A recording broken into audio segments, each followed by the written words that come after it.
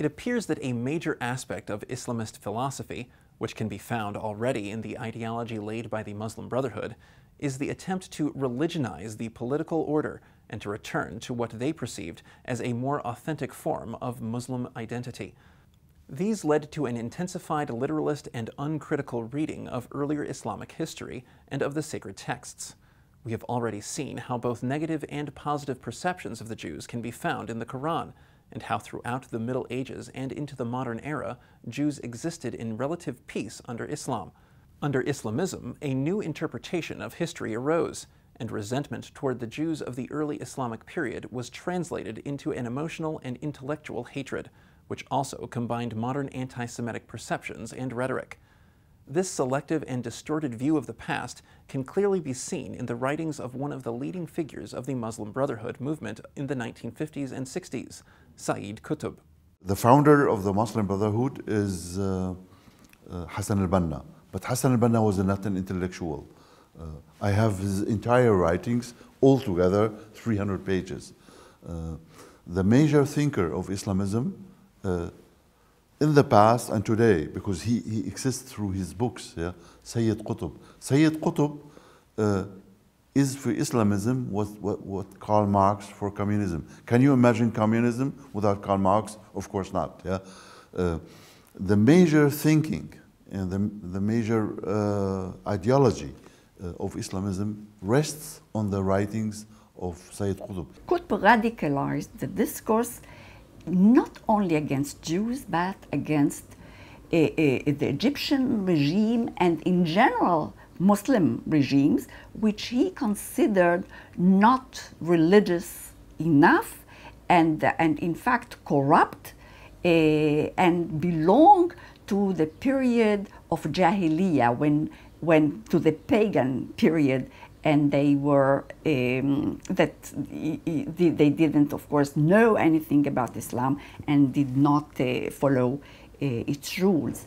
Qutb saw the Jews as part of the problem of the Muslims. They symbolized the Jewish or Jewish-Christian tradition or civilization. And both were supposed to be fought against, because he wanted, of course, what he saw in his vision is the return of Islamic civilization the way it was in the first days of Islam. And the Jews were not only part of this civilization, but also its driving force. And in fact, the bearers of all those notions of nationalism, which was just the opposite of what Islam saw as the Muslim grand community. They were the ones with ideas of capitalism, of communism, you name it. I mean, all evil ideas and notions brought to the world were brought by the Jews. And so the Jews became the first target, in addition, of course, to the Muslims, or the Muslim regimes, and the Muslims who do not really adhere to Islam as it should. We had the struggle with the Jews. He wrote dozens of books, small books, and one of them, a most influential one, is Ma'rakatuna Ma'al Yahud, our battle or our fight with the Jews. And he argues in that book, the Jews are per definition the enemies of Islam, and this from the 7th century on, not recently. He says jihad, this is a new definition. Jihad is a world revolution that liberates the world from the Jews. Yeah? And this is the worst definition of genocidal anti-Semitism.